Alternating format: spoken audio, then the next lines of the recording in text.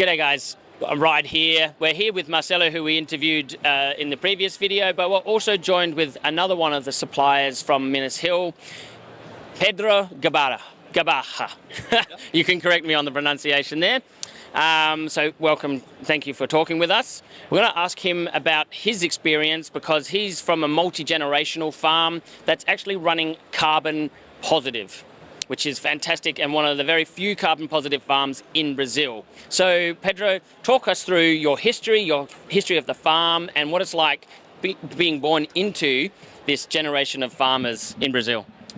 For us, it's like really a pleasure first to be here. Thank you very much. Like being the sixth generation in the coffee farmers, it's really proud because it's something that is in our blood. So we are passionate about it, what we do it. So we love it. It's hard, it's not easy, but we do it with passion. What makes it a little bit easier, but it's still quite a bit of work. For me, and for my father and for my grandfather that passed away already. But for us, it's really proud to have like Marcelo as partner, so we can see all our work in getting to the end, because my father couldn't do it, couldn't see it, and I'm able to travel and see our coffees and our names in the brand and how people are treating the work we do it. So they work keeping all the way to the end, so it's really good.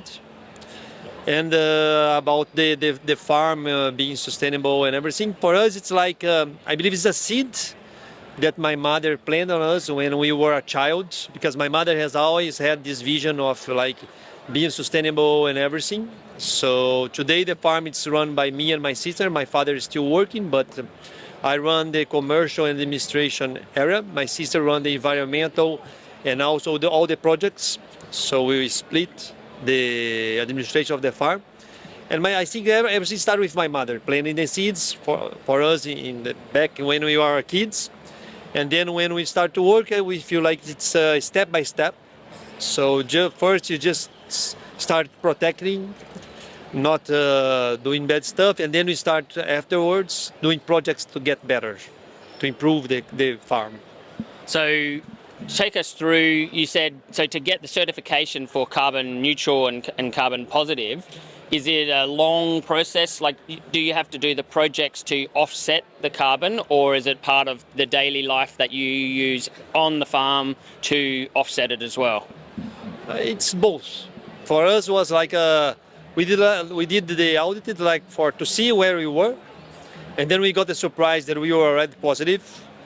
But it's not like just audit and you're gonna be positive. I think it's because since that we are up to do a long time. So like we have a lot of projects. We do protect the environment for like several years. We have the family compromise that we are gonna protect 40% of the land, when in Brazilians law is 20%. So also we protect the water springs. We do a reforestation every single year, even to get a better amount of protected area. So we protect the animals. So I think it's the way of thinking. So it's step by step, but it's the way you do daily in the farm also. So it's the actions that we do daily that you're gonna get the goal in the end. And Marcelo, how did you discover Pedro? Like when you go out to the lands around any of the areas where you're sourcing farmers, how do you come across them? I met Pedro 10 years ago. It was a great surprise. I was attending the Brazilian Expo show, and there was an instant connection between us. It was a great interaction. I think was, for me, the most important part of that show, but one of the most important part of my life, because he's not just my supplier. We became friends, families are friends, we respect each other, we have the same principles in life. So it's not just buying coffee from Pedro, it's supporting Pedro all the way, here and there, and promoting, advocating for everything his family does. That's fantastic. And you're a Q grader, so you obviously are looking at tasting every coffee and where it sits in that place. Do you also have a Q grader certificate? No. No. Okay, so But you do cup. Yeah, but not through there. So how can you help with your palate? And obviously you've got a lot of experience with tasting great coffees. Is there any like feedback that you go, okay, when Pedro, you're next harvesting or processing or anything there to help just keep increasing that quality? Because obviously having a carbon positive farm is fantastic, but you want also to be able to sell it to the consumers who are more interested in the flavors as well. Yeah, that's right. So what happens with Minas Hill and Pinhal San Antonio farm is a two-way management, because I tell Pedro what Australian consumers want.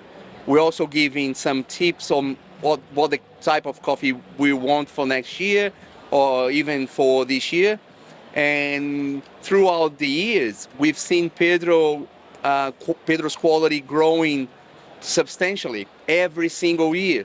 Of course, he's the producer, but if I tell Pedro what we want, and that happened before, Pedro, I want a more caramel and chocolate profile, he produces.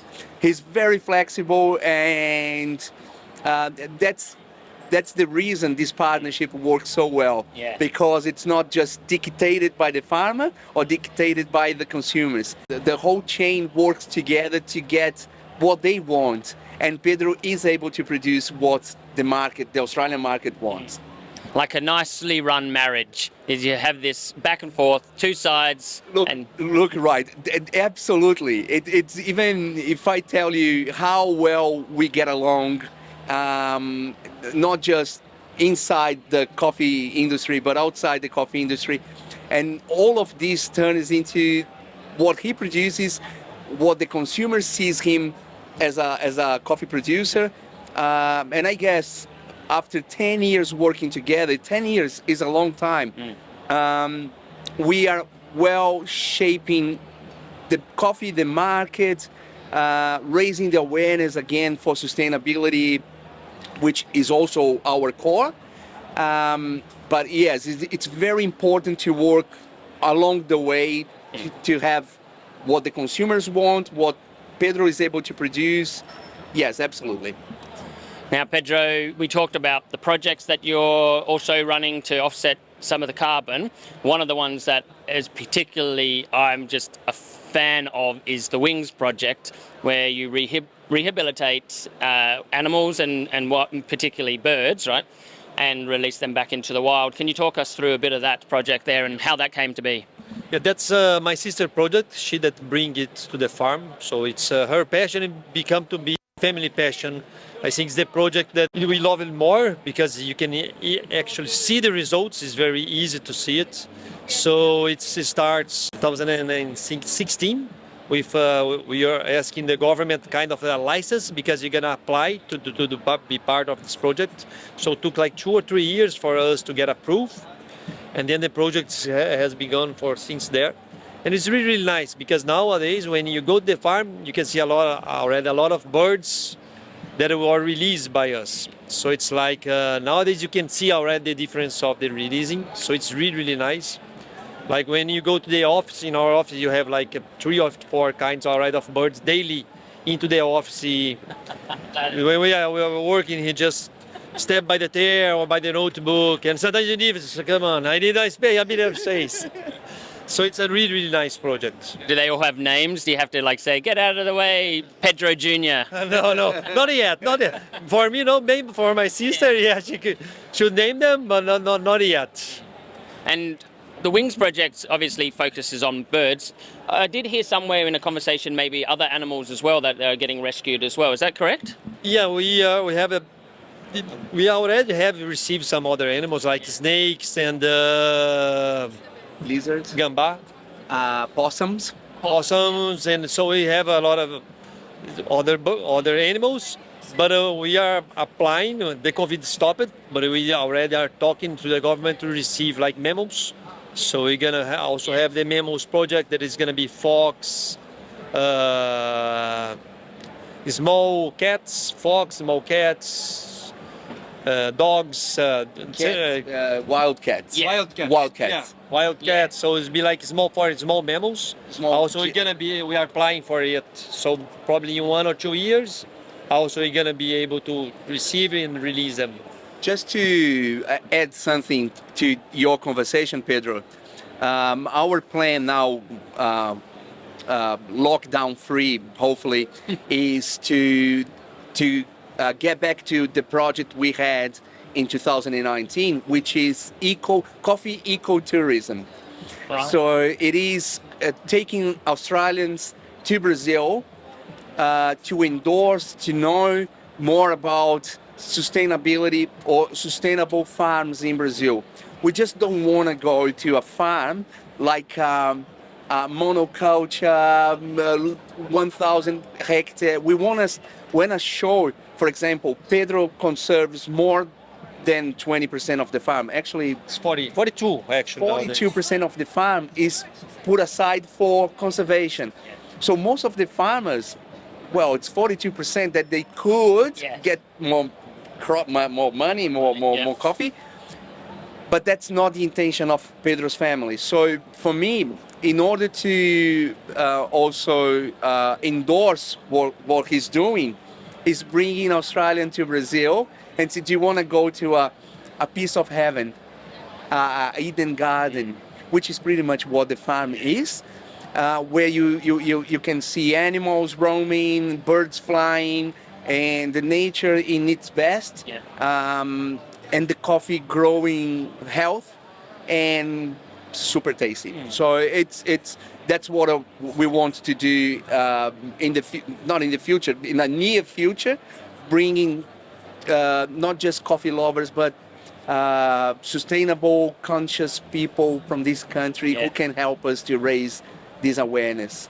I think that's a fantastic idea because Australia is largely a farming culture as well. Like we have a lot of farming, not coffee farming. We're very behind in coffee farming, but vineyards massively. We are known for our wines, and then all of the grains and cattle and everything like that. And it's really important, I think, for consumers to understand the ecosystem that is behind coffee trees. It's not, you talk about overhanging plants as well, like the intercropping where you have mango trees and other trees that are interspersed between the coffee trees, and also the animals, the ecosystem of the bees and the birds and everything around coffee, I think is really important. So I love the idea of being able to bring people over from a Western society to understand what actually goes on in a coffee farm, and like you said, that piece of heaven, which just I will be there. I want a piece of that heaven. I want to experience that. You are more than invited. You are more than invited. It's a piece of heaven, indeed. It's one of the most beautiful places I've been in Brazil, regardless coffee or not coffee. It's fresh air, fresh water, fresh food, a family that welcome you in a way that you don't find everywhere. On the top of this, you can drink amazing coffee from Rewards all around, isn't it? Yeah. And we're actually drinking some of Pedro's coffee here today. I'm having it on the milk right now, and I've had it as an espresso as well.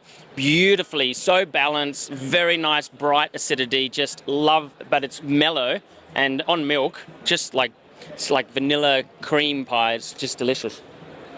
So thank you for talking to us, guys. If there's anything else you want to share before we say goodbye, but look, MICE is important to us. This coffee community is super important, and Minas Hill, on behalf of Minas Hill crew, we are welcoming Pedro back to Australia. He's part of the coffee culture in this country, and I once again want to thank you, to give us the opportunity to speak out what we have running into the blood, because that's what moves us. And I feel honored. Just say thank you very much. For us, it's really a pleasure to be able to be here again after 4 years, right? 3 or 4 years. So it's really a pleasure, and come to Brazil. It's gonna be really a pleasure. I definitely will be. And yeah, thank you for being so passionate about this as well, because I think the more people know, the more they understand, the more they can appreciate how much love and tenderness and everything goes into this coffee. You know, you really notice the taste. When we think about coffee of the past, it was bitter and burnt and dark and, you know, horrible. But that isn't coffee, and that doesn't represent coffee. What you're doing with Minas Hill and with the farmers, with Pedro, with Dulce and Gustavo, all of these people are being able to show the consumers exactly how fantastic coffee can taste. And that, as well as being a sustainable future for coffee farmers and for the future of the Amazon and the world, really. That's it. Which is just miracle. So well done on all your efforts. Thank you guys. So much. See ya. Thank you. Before we jump,